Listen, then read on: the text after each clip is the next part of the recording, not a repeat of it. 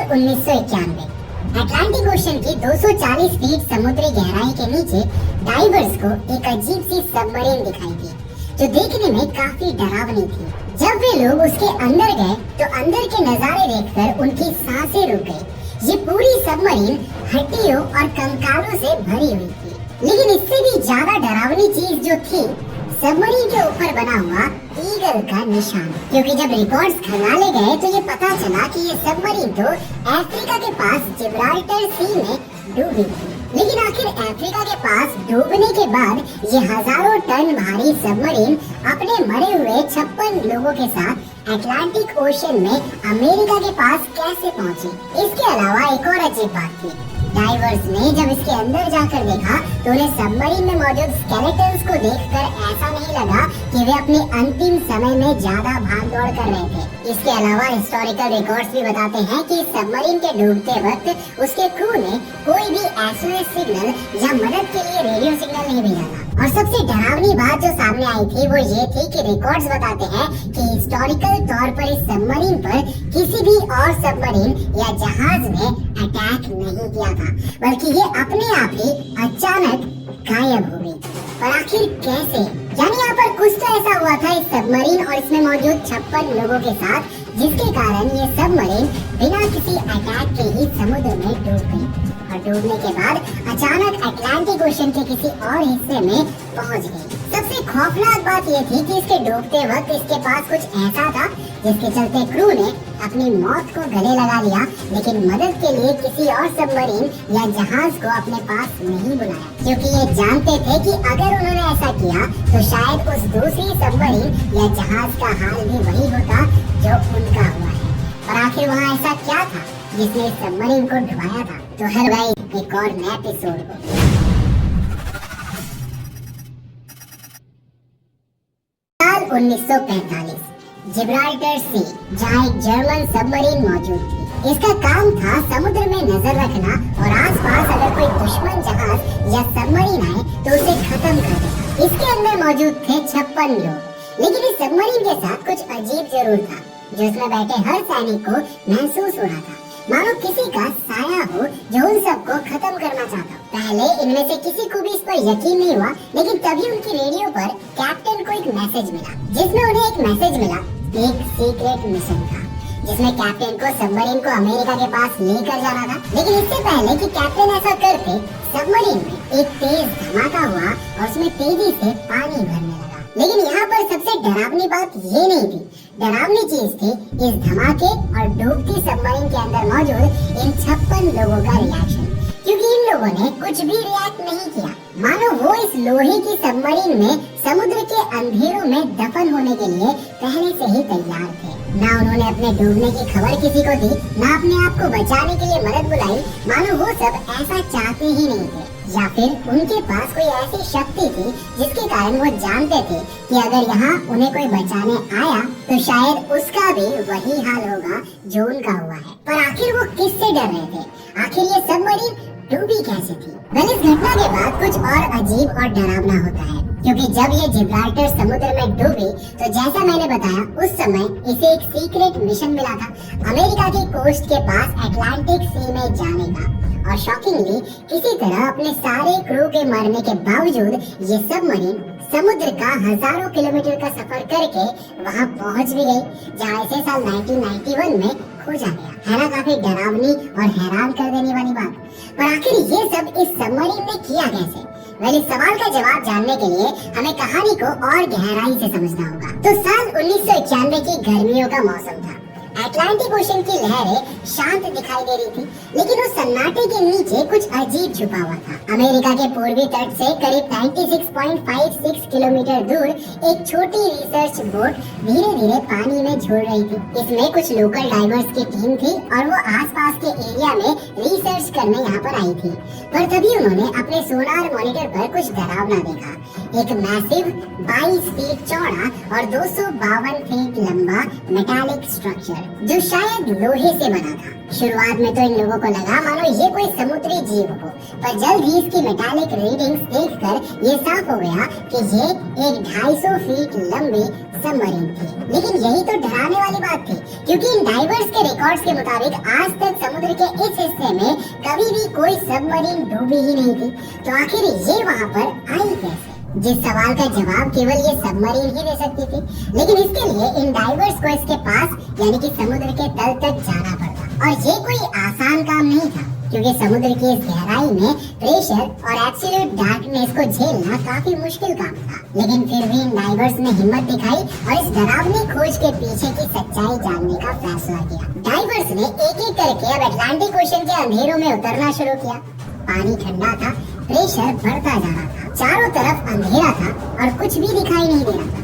लेकिन इसके बावजूद वे डाइवर्स लगातार गहराई में जाते रहे। उन्होंने महसूस किया कि इस समय गहराई में जाते हुए कुछ अजीब लग रहा है, मानो कोई चीज उनसे कह रही है कि उन्हें उस डूबी हुई सबमरीन के पास नहीं जाना चाहिए। शायद उन्हें पहले ही इस बात पर ध्यान देना चाहिए था, क्योंकि सबमरीन के पास पहुंचकर उसके अंदर जो वो देखने वाले थे वो मंजर वो अपनी जिंदगी में कभी नहीं भूलने वाले। करीब 220 फीट तक लगातार डाइव करने के बाद फाइनली ये सभी डाइवर्स समुद्र के उस स्थल तक पहुंच गए थे जहां पर ये भूतिया सबमरीन मौजूद थी। और जब उन्होंने समुद्र तल में बड़ी इस डरावनी सबमरीन का असली नजारा देखा तो उनकी सांसें रुक गईं। इस सबमरीन का आधा हिस्सा समुद्री सैंड के अंदर दबा हुआ था और आधा हिस्सा समुद्र तल के ऊपर मौजूद था। तभी इनमें से एक डाइवर की नजर सबमरीन के ऊपर बने एक निशान पर गई। ये एक बाज का निशान था, इतिहास की सबसे ताकतवर और डरावनी नेवी सेना का निशान, नाजी जर्मनी का। लेकिन अब उस खतरनाक पल की बारी थी जब उन्हें इस सबमरीन के अंदर जाना था। सभी डाइवर्स इस सबमरीन के भूतिया अपीयरेंस के कारण ऑलरेडी डरे हुए थे, लेकिन जब उन्होंने इस सबमरीन के अंदर कदम रखा तब उनका ये डर एक जानलेवा सच्चाई में बदल गया, क्योंकि सबमरीन के अंदर जाते वक्त इन डाइवर्स में से एक डाइवर का पाँव किसी अजीब सी चीज ने खींच लिया।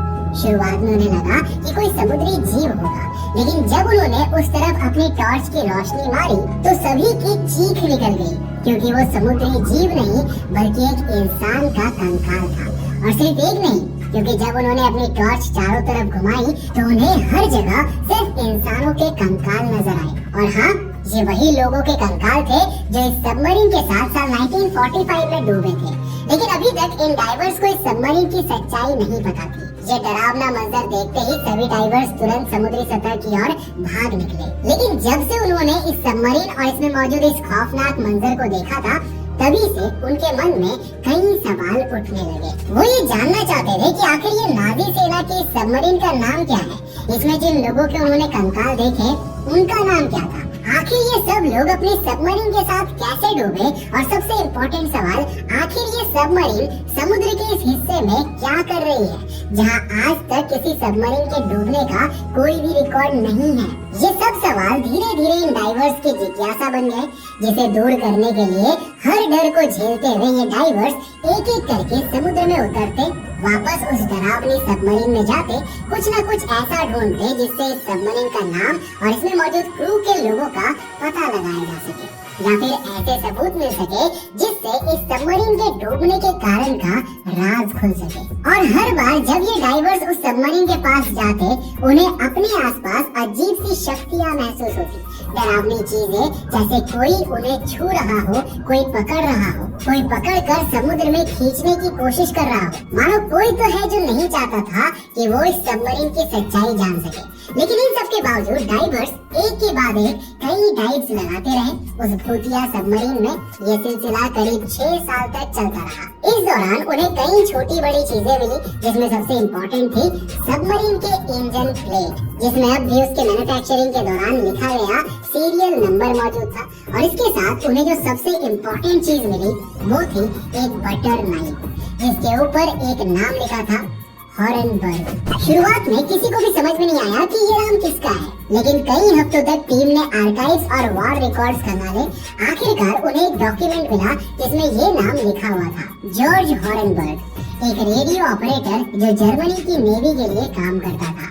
यानी ये इंसान शायद उस समय उसी सबमरीन में मौजूद था जो आज अटलांटिक ओशन के नीचे डूबी पड़ी है। लेकिन सबसे डरावनी सच्चाई तब सामने आई जब उन्होंने इंजन प्लेट पर लिखे सीरियल नंबर को हिस्टोरिकल रिकॉर्ड्स में ढूंढा, क्योंकि ये सीरियल नंबर था जर्मनी की सबसे एडवांस्ड और पावरफुल नेवी सबमरीन्स में से एक U-869 सबमरीन का। और यही सबसे हैरान कर देने वाली बात थी, क्योंकि इस नाम के साथ उन्हें कई जर्मन रिकॉर्ड्स मिले जिसमें ये साफ लिखा हुआ था कि ये सबमरीन तो साल 1945 में जिब्राल्टर सी में अफ्रीका के पास डूबी थी। रिकॉर्ड्स में एक और बात लिखी हुई थी कि डूबने से पहले इसने कभी भी किसी युद्ध में हिस्सा नहीं लिया था और डूबने के समय इस पर किसी और सबमरीन या जहाज ने अटैक नहीं किया था, बल्कि ये अपने आप ही किसी अनजान कारण से डूबी थी। जैसा मैंने आपको पहले ही बताया, इसके टूटने के वक्त क्रू ने किसी भी मदद का रेडियो मैसेज नहीं भेजा था। और यही सबसे इम्पोर्टेंट और डरावना सवाल था।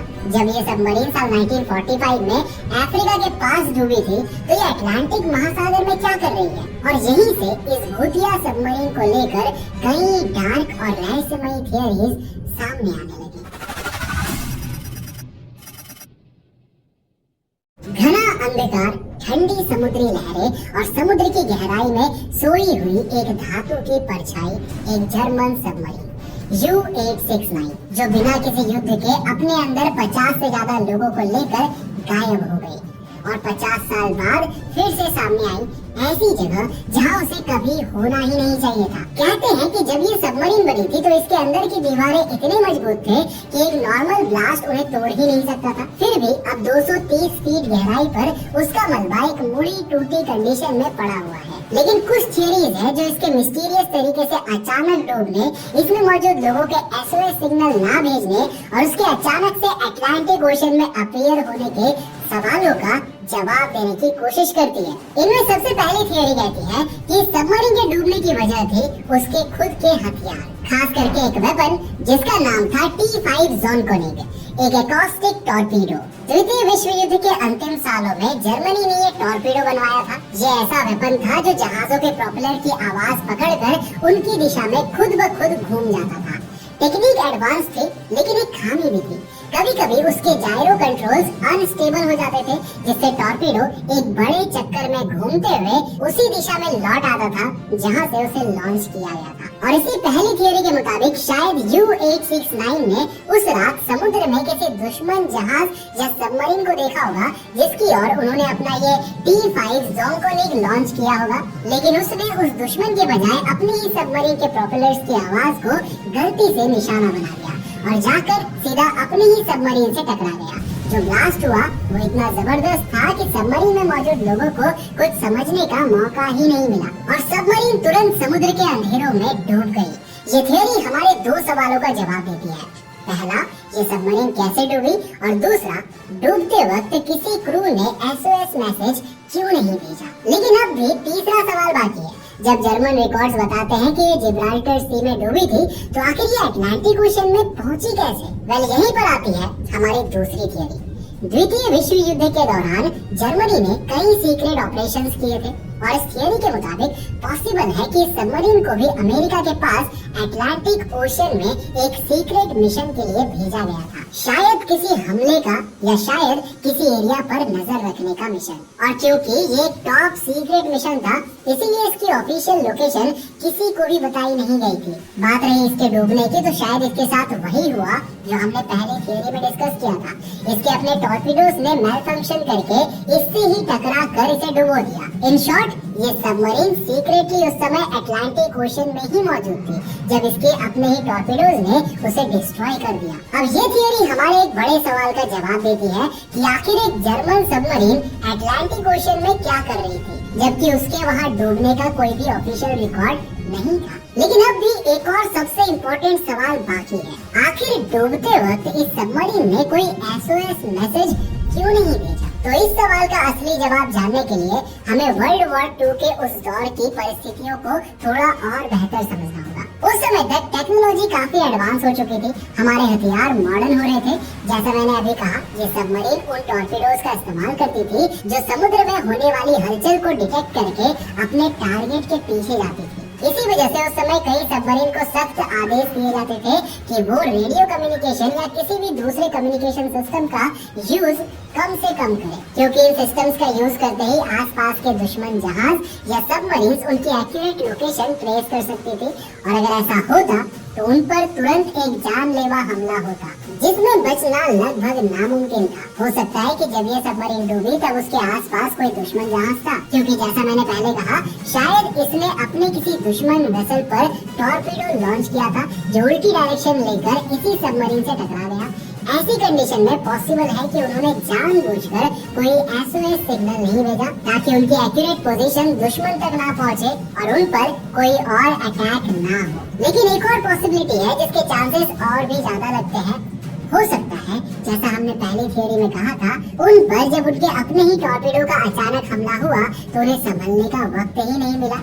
सबमरीन बहुत तेजी से पानी से भर गई और तुरंत समुद्र की गहराइयों में डूब गई। अब इनमें से चाहे कोई भी बात असल में हुई हो, एक सच्चाई तो अभी भी साफ है कि आज भी ये U-869 सबमरीन अटलांटिक महासागर की गहराइयों में मौजूद है और सही मायने में हमारे पास थियरी के अलावा कोई भी एक्चुअल प्रूफ नहीं है जो हमें बता सके कि रिकॉर्ड्स में लिखी पोजीशन के बजाय ये हजारों किलोमीटर दूर अटलांटिक ओशियन में कैसे पहुंची, क्यों इसने कोई एसओएस सिग्नल नहीं भेजा और आखिर ये डूबी क्यों थी। इन सब का जवाब शायद आज भी समुद्र के अंदर उसी लोहे के कब्र में सोए हुए उन 56 लोगों के पास है जो U-869 के साथ गहराइयों में हमेशा के लिए डूब गए। तो यहाँ पर दोस्तों आपको क्या लगता है, आखिर उस सबमरीन के साथ क्या हुआ होगा? आप अपनी थियरी मुझे नीचे कमेंट सेक्शन में लिखकर जरूर बताना। अगर वीडियो पसंद आया तो इस वीडियो को लाइक करने के साथ साथ अपने दोस्तों के साथ जरूर शेयर करना। अगर आपने इस चैनल तो चैनल को सब्सक्राइब करने के साथ साथ नोटिफिकेशन बेल ऑन कर देना। और अगर आपको ये वीडियो पसंद आया ना तो मैं आपको रिकमेंड करूंगा कि आप अगली वीडियो इसे जाकर जरूर देखना, जिसमें हमने बात किया है अलास्का के बर्फीले चोटियों के बीच छिपे एक डार्क पिरामिड के बारे में, जो कि इसके आसपास आने वाले किसी भी चीज को गायब कर देती है। और आखिर इस डार्क पिरामिड को बनाया किसने है और क्यों अलास्का में जाकर सभी चीजें गायब हो जाती है, जानने के लिए इस वीडियो को जारी रखना बहुत इंटरेस्टिंग है। मैं मिलता हूं आपको नेक्स्ट एपिसोड के साथ, तब तक के लिए बाय।